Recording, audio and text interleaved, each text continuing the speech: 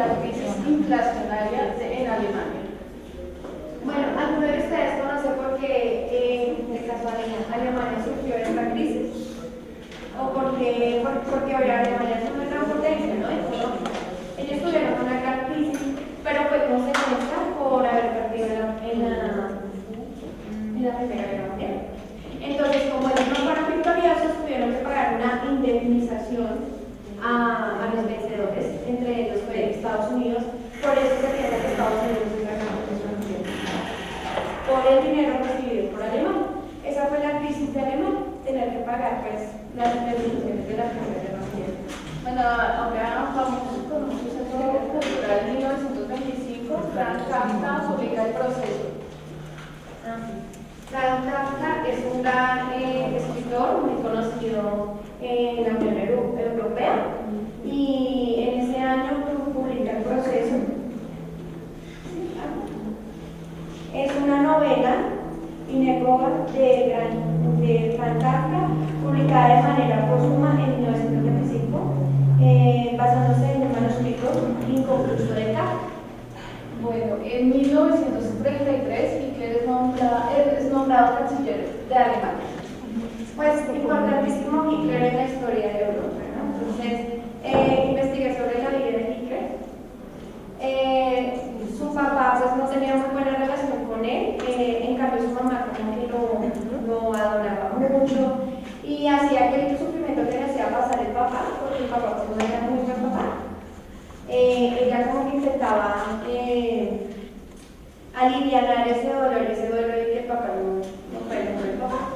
Entonces él quería mucho a su mamá, sin embargo también la veía como un instrumento del propio papá, porque como la mamá no hacía nada y por evitar esas circunstancias de violencia y todo eso. Entonces, obviamente es un gran personaje en la historia por todo lo que aconteció con él. Bueno, en 1939 inicia la Segunda Guerra Mundial.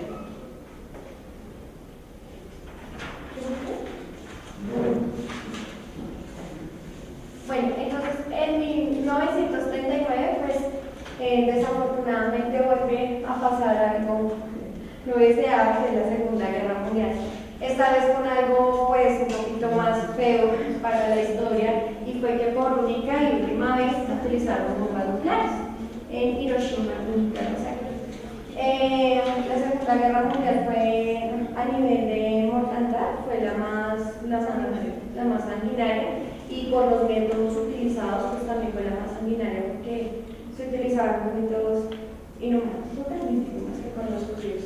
Sí, importante, pues se van a encontrar en la sopa de letras en el Holocausto, que para los nazis significaba la solución final, que era desaparecer de la faz de la tierra a los judíos. La razón No pura, se casan. Bueno, el 15 de agosto de 1945 se finaliza la Segunda Guerra Mundial.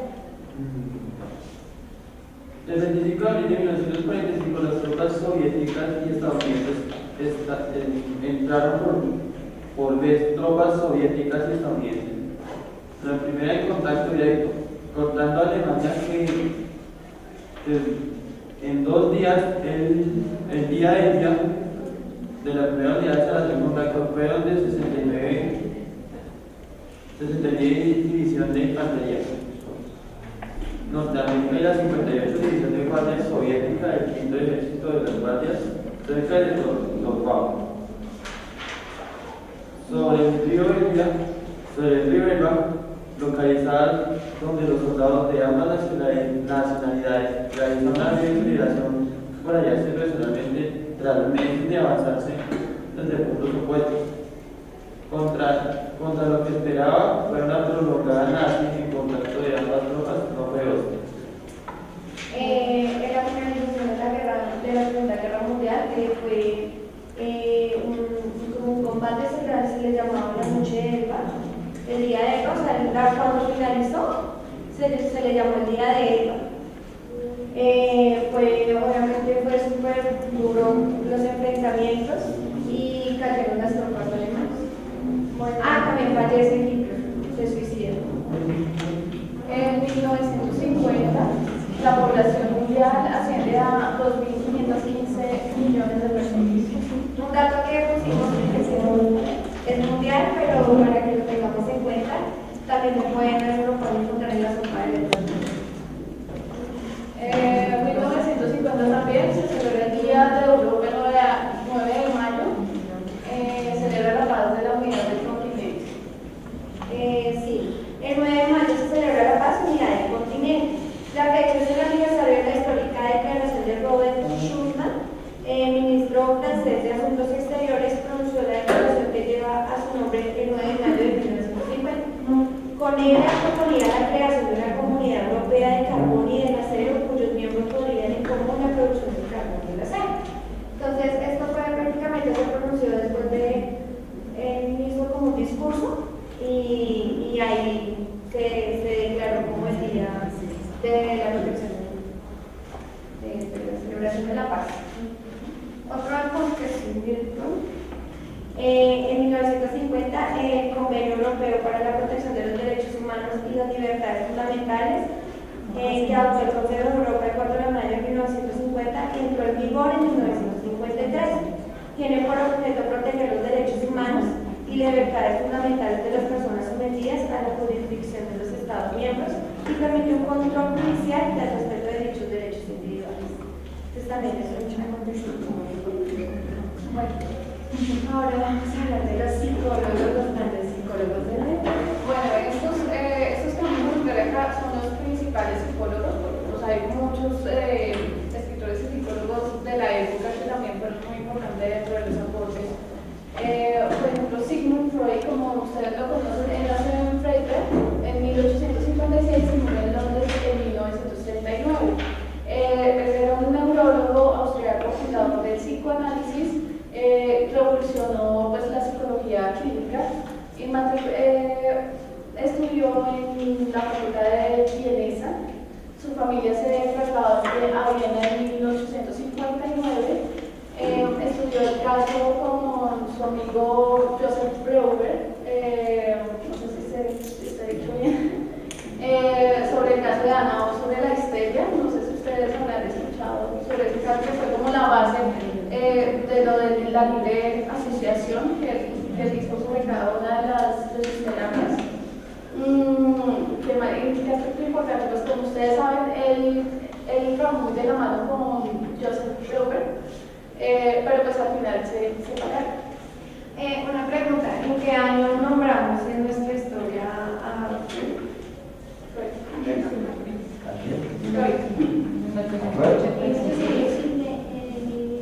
nosotros la mencionamos como un gran acontecimiento? 1900 publicar entre nosotros. Sí, claro, porque la publicación de lo de los sueños, porque creían que en el inconsciente estaban guardados ciertos monstruos que cada uno tiene en su interior y que no dejaban pasar a su exterior, sino a través de los sueños. Bueno, seguimos con Bull. ¿Dónde está? Entonces, nació en Carabú en 1832 y murió en Grossboden en 1920. ¿Qué podemos decir? Es un filósofo y psicólogo alemán, considerado el fundador de la psicología experimental. Lo que nombrábamos allá en 1979, uno de los fundadores del laboratorio de Deleuze.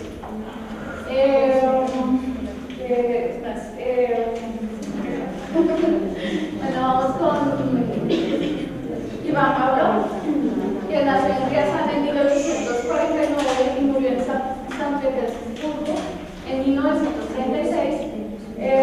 Iván Pavlov es un filósofo ruso, hijo de un padre ortodoxo, cursó estudios de teología y abandonó para ingresar a la Universidad de San Petersburgo a estudiar medicina y química. Entonces, si ustedes se acuerdan, podemos relacionar a Pavlov con el experimento del estímulo-respuesta del perrito. Entonces, él fue el que hizo, digamos, el preámbulo a toda la investigación. Él fue el que, digamos, miró que el perrito la salivación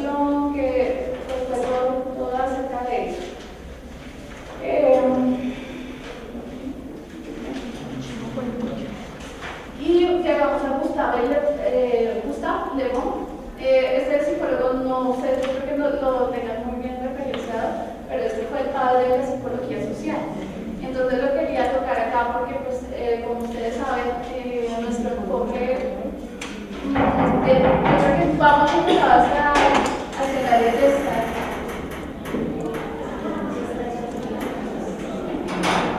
Entonces digamos que él hacía referencia al estilo de las masas, de que todo complementaba todo. Bueno, pues por eso quería hacer referencia. También fue médico, etnólogo, psicólogo y sociólogo. Y estudió la carrera de medicina en la que se doctoró en 1876. Bueno, vamos con Friedrich Nietzsche. Nació en Roque en 1844 y murió en Weimar en 1900. Era un filósofo, poeta, músico, filólogo alemán, considerado uno de los pensadores modernos más influyentes del siglo XIX. Realizó una crítica a la cultura, la religión y la filosofía occidental. También meditó sobre las consecuencias del triunfo del secularismo de la Ilustración. Entonces,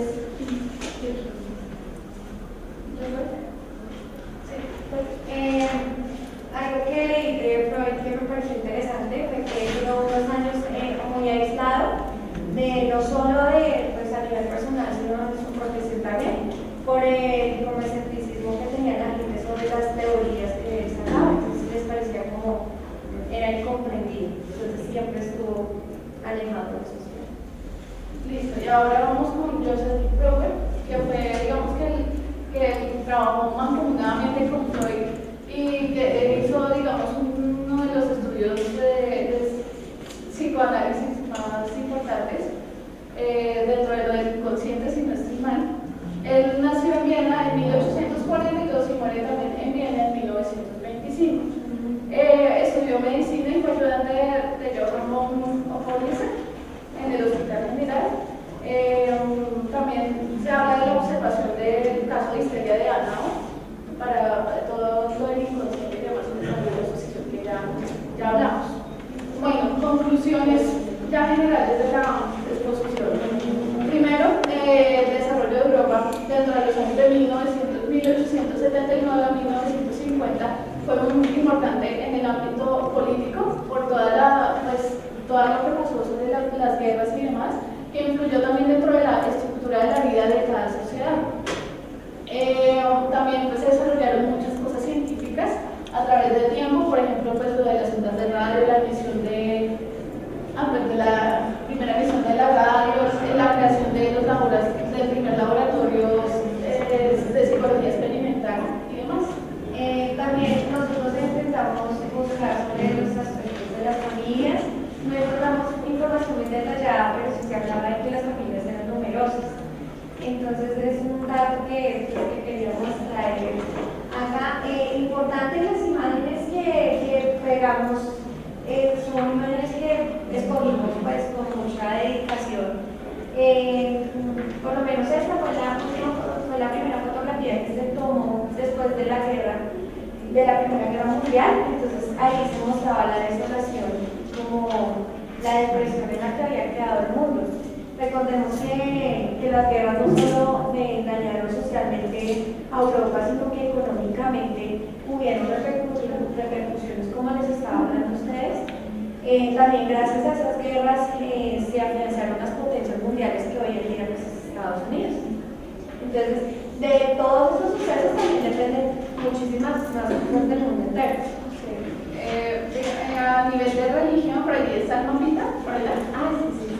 Es que la religión tampoco nos hablaba muy pero digamos que la religión es más entrada dentro de Europa en el catolicismo y la religión ortodoxa, si no es humana.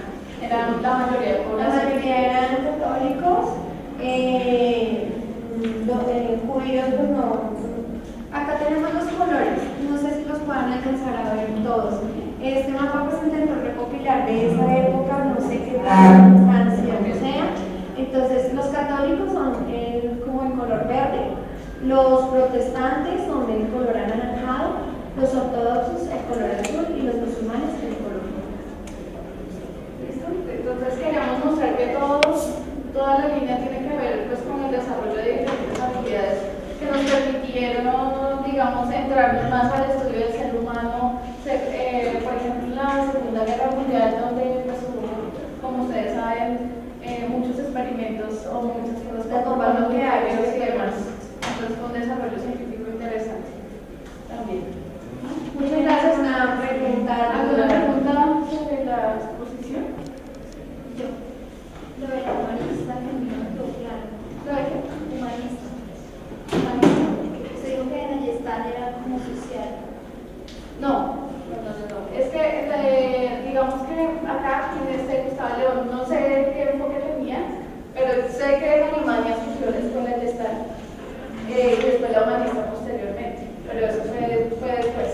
Sí, o sea, la de Stalin fue la que estuvo en esta época. Les dejamos las aparatos. Hoy en Estados Unidos. Les dejamos las aparatos para que por favor puedan desarrollo y puedan.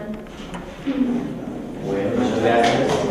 Me parece importante conocer los aspectos sociales, culturales y políticos de Europa desde 1884 hasta 1950, que es el periodo en el que nace la psicología.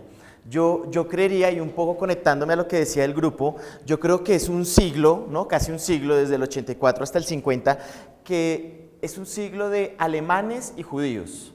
Casi que ellos son un poco los que crean la psicología, ¿no? Ellos son los que revolucionan las ciencias y paradójicamente son dos culturas que intentan aniquilarse unos a los otros, ¿no? ¿Por qué los judíos, no? ¿Cuál es el problema de los judíos?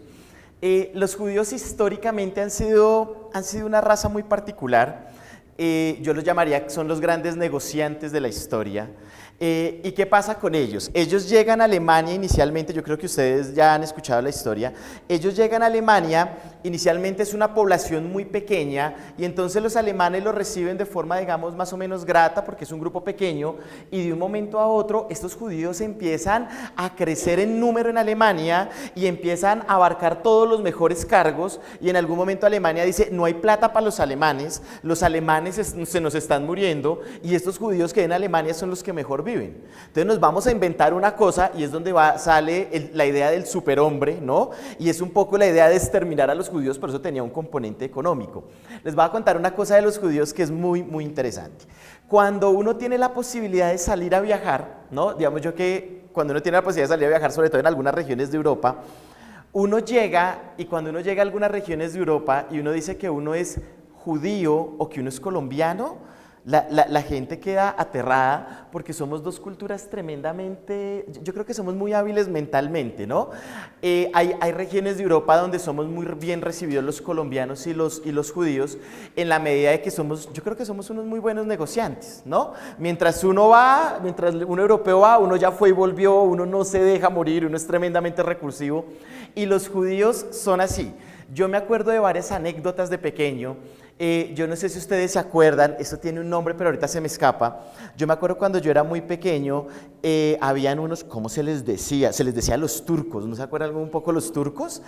Muchos de ellos venían de descendencia judía y ¿cómo eran los turcos? Eran esas personas que pasaban en unos carritos jalándolo, que vendían chifonieres, mesas, una cantidad de cosas, ¿no? Entonces pasaban gritando por la cuadra, ¿no? Chifonier, mesa, una cantidad de cosas. Y mire cómo era el modus operandi de venta de ellos, y un poco es para que se llene el imaginario de cómo son los judíos de entradores y qué hicieron en Alemania. Yo me acuerdo de pequeño que ellos pasaban gritando, ¿no? Chifonieres, mesas, una cantidad de cosas de esas. Y si usted medio se asomaba a la puerta y decía, ¿cuánto vale? Usted ya perdía el año. O sea, era una cosa así impresionante. Uno se asomaba a la puerta y decía, ¿cuánto vale el chifonier? El tipo de una vez iba bajando el chifonier y se lo iba metiendo a uno a la casa.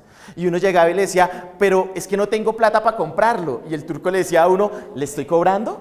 Y uno, bueno. Y el tipo le iba metiendo allá, le iba uno acomodando la sala y le iba allí arreglando todo y le iba diciendo, ¿le gusta? Y uno, pero es que no tengo plata. Y él le volvía a decir a uno, ¿le estoy cobrando? Y uno, ¿pero cómo así? Y el tipo le decía al final, ¿le gusta? Y uno, ¿pero cuánto vale? Él decía, no, ¿le gusta? Y uno, sí. Ah, no importa, déjelo ahí, vale tanto, pero no me lo tiene que pagar ahorita. Yo vengo el próximo mes y le empiezo a cobrar, no se preocupe, un cuentagota, una cosa así. Y el tipo se iba y uno decía, oiga, quedé con chifonier en la casa y no pagué un peso. Al mes exacto está este man acá ¿no? Y te empieza a cobrar y uno no sabe en qué momento se metió en la deuda. Son unos negociantes natos, ¿no? Y eso es un poco lo que hacen en Alemania. Llegan a Alemania y en cuestión de 50, 70 años se apoderan de toda la economía alemana. Y entonces Alemania, cuando empieza a surgir con toda esta idea del superhombre. La idea del superhombre no es de Hitler. Un poco aquí nos mencionaban a Federico Nietzsche. No sé si alguno de ustedes ha podido leer Así habla Zaratustra. Digamos que es también toda una crítica a la religión. Nietzsche es el que dice, Dios no existe, yo lo maté, o sea, es un poco el que él dice, el hombre es superior a Dios, nosotros somos Dios, este es el templo, ¿no? Si queremos verlo. Y entonces empiezan a hablar de ideas de superhombre y es ahí donde surge la psicología, ¿no? Y entonces empieza a hablar, Nietzsche, digamos que habla un poco más de que el superhombre es un ser que tiene unos conceptos de valor y de ética, que no está, digamos, subyugado a la religión, ¿no? Porque para Nietzsche la religión es una cosa que subyuga, que no permite crecer. Y entonces él dice, el superhombre es una persona que es capaz de trascender, que es capaz de decir que es bueno y malo, sin necesidad de que esté allá un dios o una cosa diciendo que él es capaz de decidirlo. Y un poco lo que hace Hitler es que coge esa idea del superhombre y la transforma en una cosa biológica y física. Y dice, el superhombre es un tipo que mide 1,80, que es ario, que es blanco, que es ojiazul, y todo lo que no sea así vamos a matarlo. Y es cuando empiezan todo, inicialmente llegan a los guetos, ¿no? Los guetos era donde vivían los judíos de clases no muy altas y los cogen a todos y empiezan a matarlos, y cuando ya no hay muchos judíos para defenderse van detrás de los de la clase alta y empiezan a matarlos. Afortunadamente Freud, aunque es de descendencia judía, no le hacen nada, pues porque Freud era Freud, ¿no? Y el hombre tenía pues todos sus contactos y él alcanza a salir de Alemania, alcanza un poco a huir de Europa todos estos años y está allí un poco escondido, pero digamos que eso no pasa. Están las dos guerras mundiales, como ustedes lo decían, y suena un poco paradójico. Las dos guerras mundiales, digamos que aniquilan buena parte de la humanidad, pero gracias a las guerras mundiales nosotros estamos donde estamos. Gracias a las guerras mundiales nosotros cobramos lo que cobramos. Y gracias a las dos guerras mundiales un poco la gente nos cree como nos cree.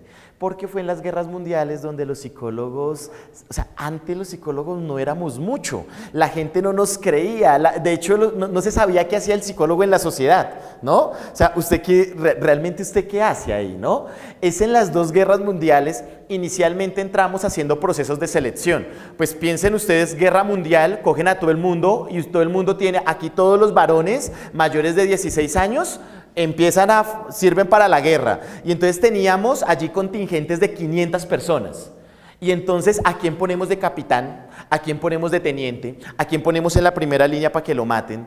Ahí es donde surgen los psicólogos con algo que nosotros hacemos, que son procesos de selección. Y arrancamos haciendo procesos de selección.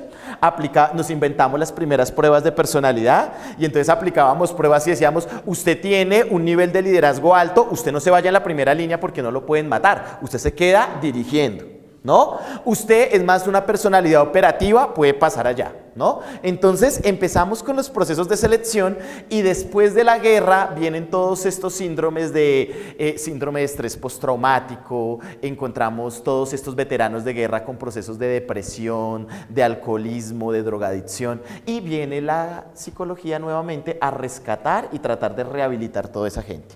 Entonces digamos que es fuerte, pero si nos ponemos a mirar, gracias a las guerras mundiales las profesiones de servicio crecieron, no solo la psicología, hay de largo la enfermería, hay de largo la medicina, entonces digamos que eso nos ayudó. ¿Qué otras cosas nombraron? Un poco, habían cosas del grupo que dijeron que me llamó la atención. Empezaron en 1885 con Pasteur, ¿no? Yo no sé si ustedes han escuchado de Pasteur. ¿Han escuchado la leche pasteurizada? Bueno, entonces es de ahí de Pasteur. Pasteur, yo creo que no se le ha dado todos los reconocimientos que se le deberían haber dado a Pasteur. Gracias a Pasteur hervimos el agua. Antes de Pasteur no se hacía eso. Gracias a Pasteur nos lavamos las manos, lavamos la comida. Eso no se hacía antes. Antes de Pasteur, o sea, la gente moría por unas vainas. Yo creo que les conté un poco cómo era antes de Pasteur los procesos de lo que va por debajo de las casas, las cañerías y todo eso. Creo que les conté las aguas blancas y aguas negras. ¿Cómo era antes de Pasteur? Un poco para que intenten imaginarse cómo era la Europa donde nació la psicología, ¿no? ¿Cómo era?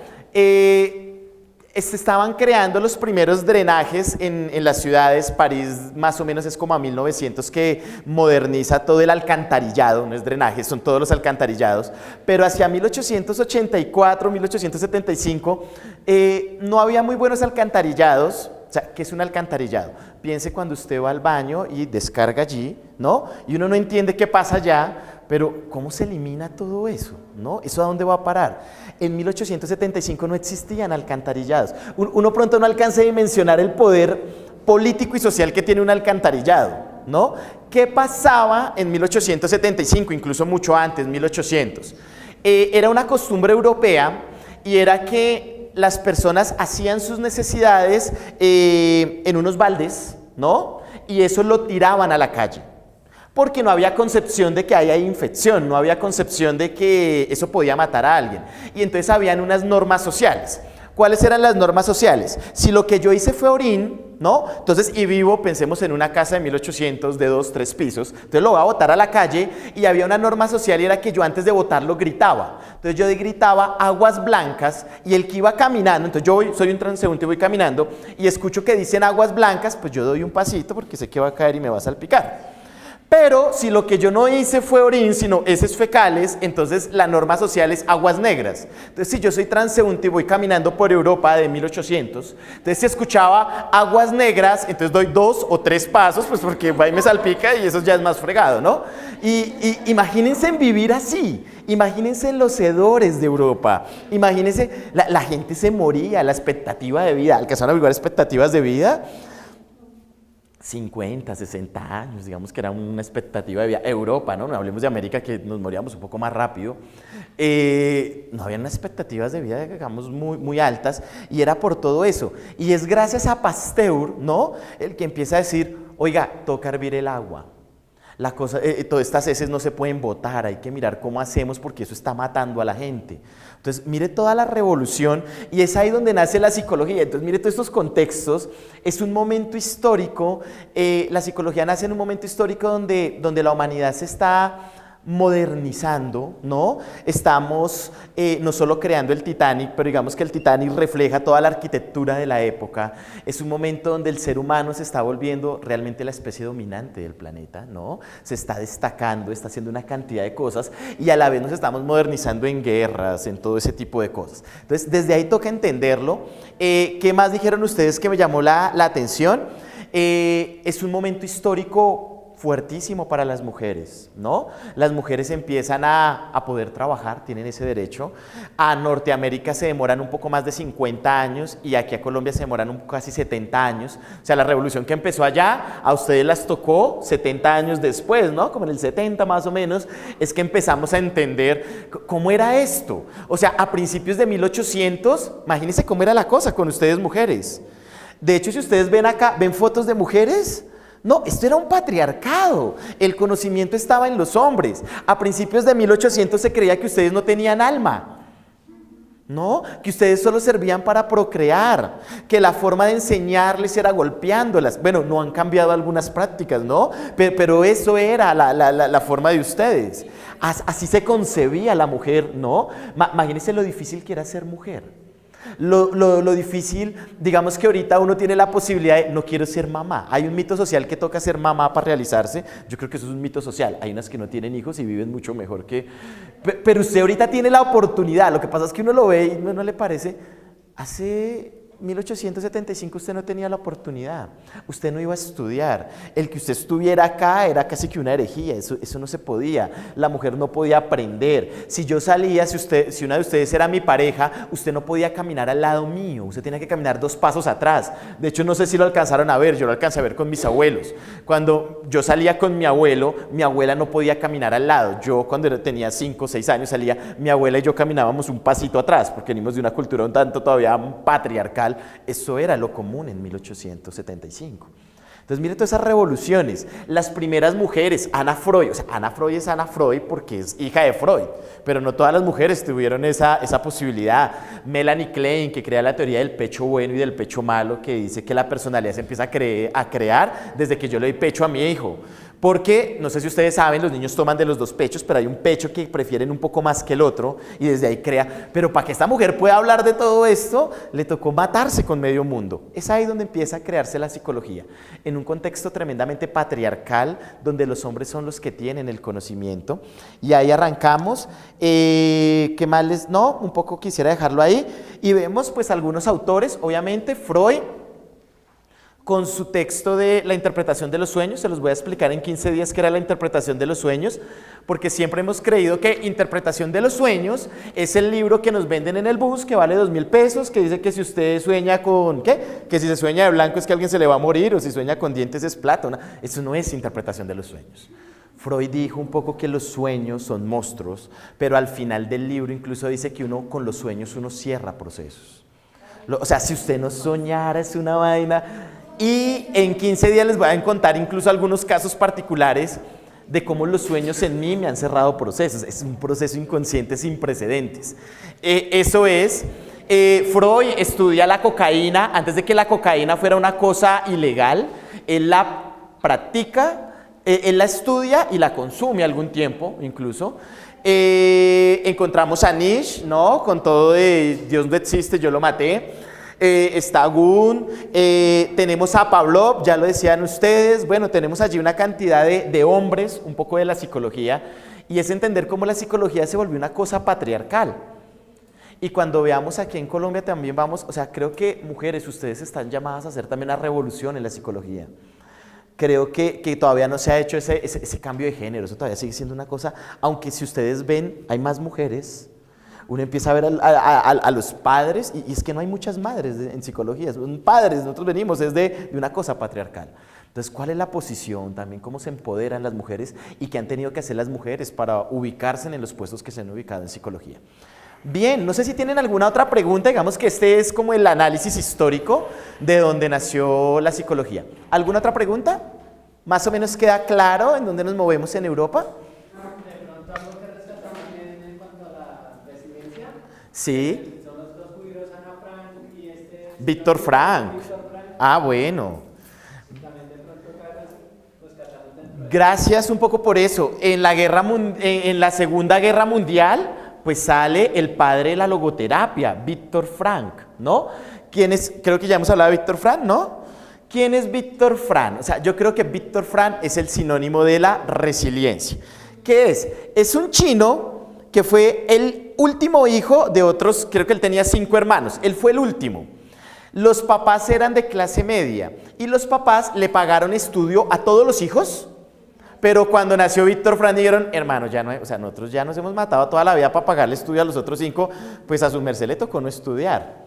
Y Víctor Frank a sus 8 años, mire la postura política, Víctor Frank a sus 8 años dice, mi sueño es estudiar y mi sueño es ser médico. Y a sus 8 años, una vaina de resiliencia sin precedentes, cuentan que él madrugaba algo así como a las 4 de la mañana y se iba a una plaza a trabajar para tener plata, y a las 8 de la mañana se iba a estudiar al colegio y salía y se iba a trabajar. Imagínense eso a los 8 años. Estudia primaria, bachiller, por ponerle esos nombres porque en esa Europa tenía otros nombres, no era primaria, bachillerato, pero hace todos sus estudios. Y cuando acaba sus estudios dice, listo, ya terminé de estudiar, ahora voy a estudiar para ser médico. Pero como no tiene plata, se presenta a una universidad pública, se gana la beca y él dice, listo, no tengo que pagar matrícula, pero es que ustedes saben, estudiar en una universidad no es solo pagar matrícula, hay que pagar buses, pagar copias, o sea, hay unos gastos. Y este hombre estudia todo el día medicina, que es su sueño, medicina, y por las noches tiene que hacer oficios varios, una cosa de resiliencia. Y cuando termina de ser médico dice, listo, toda una vida trabajando para ser médico, ahora sí voy a disfrutar mi vida. Ejerce la medicina 2 añitos, llega la Segunda Guerra Mundial, se llevan a todos los judíos, y él era judío. Toda una vida matándose para cumplir su sueño, y cuando lo cumple se lo llevan para un campo de concentración, y en el campo de concentración le matan a la esposa, le matan a los papás, le matan a todos los hermanos. Es una vaina. Y el tipo sale de allá, y es que un poco lo que nos cuenta la historia es que los alemanes mataron muchos judíos. Lo que no cuenta la historia es que después de los campos de concentración muchos judíos se mataron. O sea, imagínese usted salir y no encontrar familia, no encontrar hijos. Y bueno, hay unas historias, el hombre busca el sentido, él cuenta unas cosas. Él dice que solo les daban un pan en la mañana y uno tenía que comerse el pan de a poquito durante todo el día, ¿no? Y él dice, uno sabía cuándo el compañero se iba a matar, porque ese compañero que cogía el pan y se lo comía todo a las 9 de la mañana, entonces uno decía, este no va a pasar a las 12. A las 12 le sacaba la piedra a algún soldado, intentaba volarse para que lo mataran, era el ritual. Y un poco Víctor Frank dice, yo estuve más de una vez dispuesto a comerme el pan a las 9, 10 de la mañana, imagínense, cuando me enteré que me mataron mi esposa, toda la vaina. Y el tipo sobrevive, desarrolla, y después de eso se retira, dice que ya no va a estudiar medicina, estudia psicología. Imagínense, después de todo esto, se mató toda la vida para estudiar medicina, es como uno se reinventa después de las calamidades. Estudia psicología y crea el modelo de la logoterapia. Un modelo que contempla la espiritualidad, digamos, estos no lo contemplaban. Iba en contra de todo eso, crea un modelo que contempla la espiritualidad, la trascendencia, la resiliencia, la capacidad de reinventarse ante los problemas. Pues ese es Víctor Frank, Europa, ahí tenemos algunos genios un poco de la psicología. Listo, ¿alguna otra pregunta? Chin, chin, chin, ¿no? Bueno. Vamos a entender ahorita el humanismo en Estados Unidos con Maslow, que viene un poco de la Gran Depresión, cuando la gente se tiraba de los edificios, ¿no? Porque no había plata, ahí nace el humanismo. O sea, en el momento más crítico de la vida de Estados Unidos, viene el humanismo a responderlo. Pero ya vamos para allá. Listo. Entonces, pasemos ¿a cuál nos vamos? ¿A Europa o Estados Unidos para empatarlo? ¿Cómo lo ves tú? Entonces, Estados Unidos, 1850, 1950. Corramos ahí. ¿Se va entendiendo más o menos? De los aspectos sociales, culturales y políticos que transcurrieron de 1850 a 1950 en Estados Unidos. Empecemos por los aspectos sociales. En 1950 Estados Unidos producía tres cuartos de la producción de algodón en el mundo. O sea, esto es bastante, lo llamaban el oro blanco.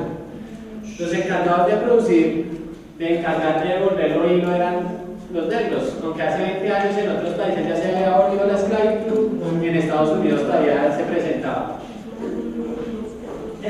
Para 1860 se empieza a comerciar con los esclavos, con la gente afroamericana. Se comerciaban familias, en esta época se separaron mucho, madres y hijos, se separaron muchas familias que no se volvieron a volver a encontrar. Los comerciantes miraban la dentadura, pues miraban las marcas de los látigos que le pegaban. Esto significa que entre más marcas tuviera, era mejor el esclavo. En 1861 se estalla la guerra civil entre los Estados Confederados y la Unión Libre. Los Estados Confederados era la parte del sur de los Estados Unidos, era allí donde más se manejaba y se comerciaba la esclavitud. En el estado del norte sucedía lo contrario, ellos se beneficiaban, pero estaban en desacuerdo con la esclavitud. Allí sale a lucir a Abraham Lincoln, que fue el encargado de que la Unión Libre ganara esta guerra civil. Pues allí se genera un gran evento que fue la comunicación por... ¿La palabra? ¿Qué pena? Esto... El telégrafo, no, sino... ¿Sí? El telégrafo. Sí. Por medio de este invento se pudo ganar la guerra. Allí las mujeres trabajaban en las empresas de ropa, o sea, gran parte de la tela que se transportaba al mundo y ropa venía de Estados Unidos. Ya para la parte de 1906 surge la discriminación y se crean grupos como el Ku Klux Klan. Allí se crea ¿por qué se crea este conflicto? Porque los afroamericanos eran mejores trabajadores. Entonces los estadounidenses se veían un poco amenazados ante el trabajo de los afroamericanos que se desempeñaban un 100% mejor en las fábricas. De allí empiezan a incursionar la parte afroamericana en la parte política y en la parte deportiva también. Allí vemos que los estadounidenses En la parte cultural empiezan por la parte del boxeo. Un gran representante del boxeo fue un afroamericano que luchó contra un alemán, que Hitler lo mencionó como el ejemplo de alemán que debía ser un dios, y estaban disputando el título, y en la primera contienda que tuvieron ganó el alemán. Entonces para Hitler este boxeador era, mejor dicho, el modelo a seguir de Dios. Se ofreció una revancha, y en esta vez pues ganó fue Estados Unidos, un afroamericano, y desde ahí pues Hitler ni lo volvió a mencionar. 1850-1950. Entonces, hagamos rápidamente el paralelo. Europa viene hablando en términos de inconsciente, consciente, líbido, sexualidad, cosas que no se pueden ver, que no se pueden coger, que no se pueden medir. O sea, uno cómo mide un inconsciente, uno cómo mide una libido, uno cómo mide un complejo Edipo, un complejo Electra. Y Estados Unidos, a nivel de psicología, llega a revolucionar con un enfoque totalmente diferente. Entonces miren un poco cómo Europa y Estados Unidos, ¿no? Este solo país está un poco compitiendo contra todo el continente europeo, y Estados Unidos empieza a desarrollar el otro gran enfoque, que es el conductismo, ¿no? Entonces ellos empiezan a decir el inconsciente no existe, eso de la libido no existe, o sea, no existe es porque no se puede ver, ¿cómo se puede medir? Y entonces empiezan a hablar en términos de conductismo. Entonces trabajemos con lo que se puede ver: conductas, procesos psicológicos básicos, superiores, memoria, atención, inteligencia, pensamiento. Trabajemos en eso y centrémonos en eso. Entonces es un poco lo que está pasando a nivel de psicología. Y si por acá entonces está Freud, tenemos a Pavlov, entonces por allí es cuando empiezan a emerger, aunque cogen mucha fuerza en la otra mitad del siglo, pero aquí empieza a emerger Watson, ¿no? Tenemos a Watson, que trae todas las teorías de Pavlov y las empieza allí. Más adelante va a llegar Skinner. Vamos a entender cómo Watson lo echan de la psicología, un poco por el tipo de investigaciones que hace, sobre todo la investigación que hace con Albertico.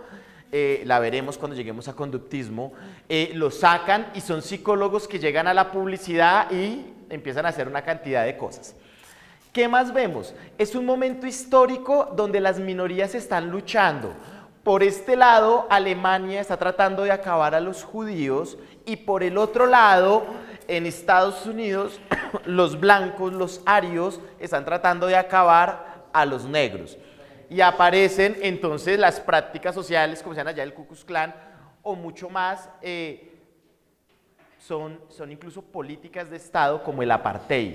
Entonces han escuchado el apartheid. Entonces el apartheid era un tratado de cómo se debían comportar los negros, bueno, si uno dice negro es las personas de color, cómo se debían comportar las personas de color en la sociedad. Una cosa totalmente brutal. Ejemplos de lo que decía el apartheid: si ellos se subían a un bus, habían unos asientos especiales para los negros, así se llamaba, vamos, atrás.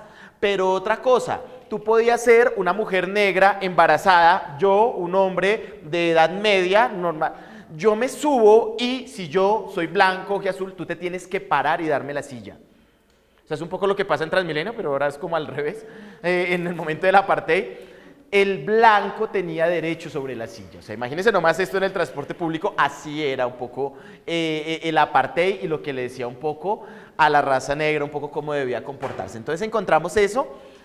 Y bueno, dentro de las cosas que dijeron, bueno, otra cosa que me encanta, un poco cómo la psicopatología ha estado allí en la psicología. Pasamos de Nietzsche, ¿no? ¿Recuerdan? Dios no existe, yo lo maté. Un maníaco depresivo. Y pasamos allá al otro lado, Edgar Allan Poe. O sea, si a alguno le gusta la literatura, lea Edgar Allan Poe, ¿no? El texto del cuervo, es una vaina. Un hombre alcohólico, con problemas de depresión profunda. Vamos a entender incluso cómo la psicopatología revoluciona las artes, revoluciona las ciencias, y muchos de los grandes psicólogos y muchos de los grandes genios, ¿no? Pues han tenido trastornos psicopatológicos muy fuertes. Y quisiera un poco rematar con lo que hablaron de la sexualidad. Entonces en Estados Unidos, hacia finales de 1950, empieza a darse toda la revolución sexual, ¿no? Entonces pasamos de una visión netamente heterosexual a otro tipo de comprensiones de la sexualidad, y entonces encontramos a grandes investigadores como Kinsey. Si alguien quiere, de hecho está la película, si quieren ver la película de Kinsey, es un hombre que empieza a estudiar la sexualidad en Estados Unidos, es una cosa sin precedentes. Él arranca más o menos en 1930 y empieza a entrevistar a millones de norteamericanos indagándoles la vida sexual, cómo era la vida sexual. Entonces había un imaginario, y es que todos somos heterosexuales, todos somos fieles, todos, y empieza a indagar, ¿no? De hecho es como un ejercicio terapéutico, empieza a entrevistarse con los norteamericanos uno por uno, cómo es su sexualidad, y empieza a encontrar que, al menos en la Norteamérica de esta época, las parafilias estaban a la orden del día, que incluso que la homosexualidad no era tan rara, que estos que eran aparentemente heterosexuales tenían vidas homosexuales, y hace toda una revolución sin precedentes desde la sexualidad. Incluso todos esos movimientos que después vienen, otros ya son psicólogos, Master y Johnson, que desarrollan toda la terapia de sexualidad en parejas, es gracias a todos estos movimientos que ocurrieron en Norteamérica, que vienen a dar paso a lo que va a ocurrir en 1960. Y son todas esas grandes revoluciones de la mujer, la revolución sexual, la revolución de tantas cosas, pero se empiezan a gestar desde acá con todo ese tipo de cosas que ocurrieron. Entonces vayamos nuevamente ahora a Europa, 1950 a la actualidad, ¿qué ha pasado? Y vamos a ir rematando. Entonces si quieren pasen. Bueno, yo vamos a comenzar con la parte de los autores. Hay algo muy marcado ya de la Segunda Guerra Mundial, 1950, estimulan estudios importantes sobre la conformidad. Uno de esos grandes autores es H, en 1956, y Milgram en 1965 escribe un libro sobre la obediencia. En 1957, la aparición de la teoría de la disonancia cognitiva. El autor es Leon Fest, disculpen el inglés, comenzó preguntándose cómo se evalúan las personas, incluyendo actitudes, empeños y conducta. Ahí se basa más en la psicología social. Afirmó luego que las personas luchan por ser congruentes en sus cogniciones y en sus acciones. Hacia 1960, también se percibe e interpreta el individuo los hechos sociales. Un autor importante es Kelly, en 1967, y Davis, 1965, estudios del proceso de atribución. El proceso de atribución atrapó la imaginación de los psicólogos sociales. Nuevamente la parte social está muy marcada y se aplicó a la explicación de las emociones, la evaluación personal y la percepción del otro. Hacia 1972 publicaron la primera edición del Prejuicio y Racismo de James Joyce. Hacia 1980 viene otra parte nuevamente de la psicofisiología, metaanálisis, estudios de diarios, hacer relación a nuevos intereses de la investigación de la cognición social, cómo procesamos y percibimos la información. ¿Qué es la teoría de la disonancia cognitiva? Entiendan que después del conductismo, el conductismo empieza a evolucionar y se vuelve el cognitivismo, ¿no? La cognición. Esta teoría responde un poco a ese enfoque. ¿Y qué dice la teoría de la disonancia cognitiva? Dice que nosotros pensamos, sentimos y hacemos. Disonancia cognitiva es cuando esos tres componentes están alterados: la conducta, la emoción y el pensamiento. Cuando yo pienso una cosa, siento otra y hago otra. Eso es disonancia cognitiva. Ejemplo, pensemos que yo me tuve que hacer en un grupo para la exposición de hoy, ¿no? Y resulta que mis compañeros dijeron que me iban a colaborar y nadie me colaboró. Y me tocó a mí hacer el trabajo solo. Y entonces, ¿yo qué pienso?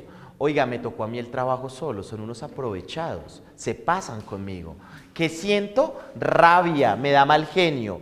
¿Y qué vengo acá? Llego acá, los inscribo en el trabajo y le digo al profe, todos trabajamos.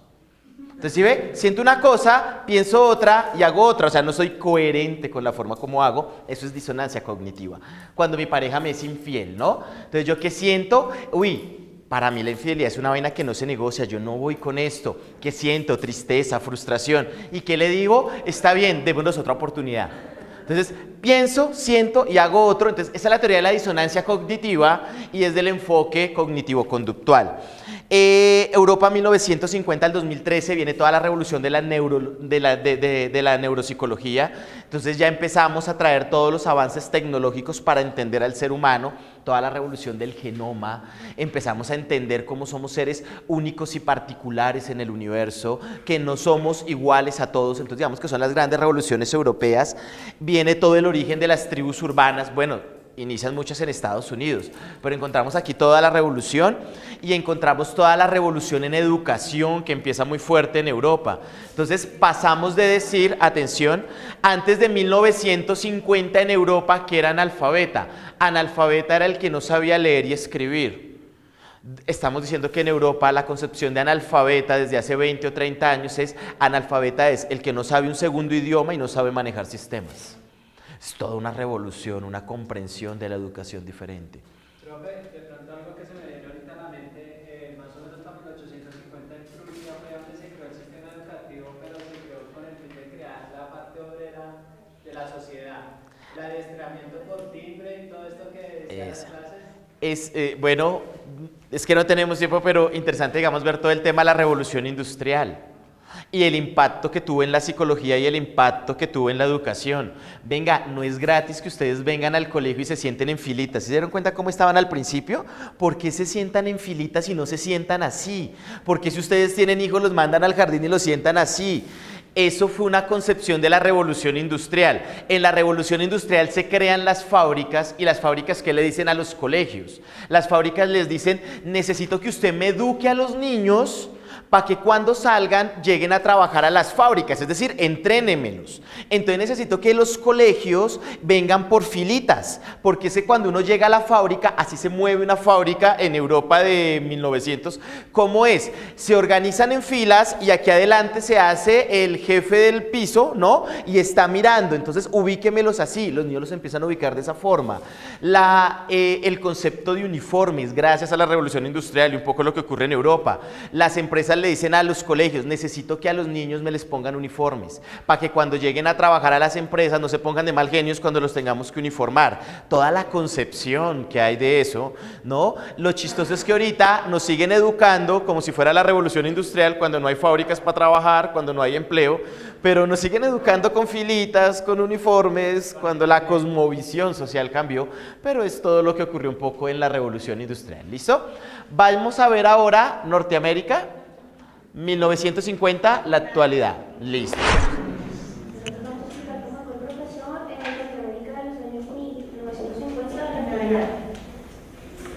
Bueno, cuando terminó la Segunda Guerra Mundial, Norteamérica quedó como en un sentimiento de uniformidad.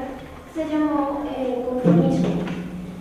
Cuando fue la Guerra Mundial, las mujeres salieron a trabajar, ellas eran enfermeras, cocineras, o sea, todos estaban trabajando. Una vez pasó la Segunda Guerra Mundial, la mujer volvió a retomar como ella en el hogar, el hombre era el que salía y trabajaba, buscaba el sustento, y pues la mujer era la que se quedaba siempre en el hogar, era la que cuidaba a los hijos, la que se encargaba del hogar, ¿no?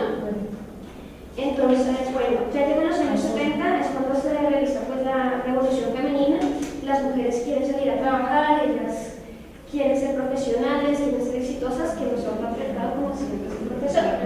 En esa década vemos que la moda, después de pasar de que las mujeres se vestían con velo, con los vestidos así que con guantes que casi no se les veía su cuerpo, aquí hubo una revolución femenina, entonces estéticamente sexy, elegante y muy pues glamurosa, la mujer empezó a mostrar su cuerpo. Los escotes, los peinados globos, pues no los alcancé a hacer, pero después de pasar de los jeans a pantalones ajustados así estilo licra, las minifaldas se usaron mucho, entonces quisimos como hacer una presentación de lo que fue esa época. Sino que nuestra compañera, la que no pudo venir, a ella le tocaba el de la época de... Sí, y entonces vemos como los personajes de esa época, Marilyn Monroe, empezaron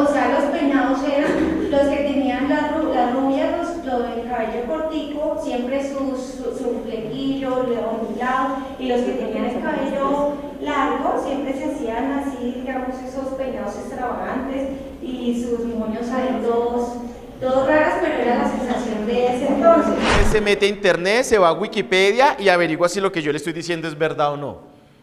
¿No? Usted ya va a un restaurante y usted no tiene que entrar, entra acá a su internet, incluso se puede ubicar en Face en qué lugar está del planeta, puede entrar al restaurante, a la página, puede saber el menú, o sea, la virtualidad y la realidad se fusionaron. En esos órdenes estamos hablando. Entonces, interesante tenerlo en cuenta. ¿Qué nos quedó faltando entonces para la próxima clase? Vamos a ver la evolución de Colombia, ¿no? O sea, ¿qué ha pasado con Colombia?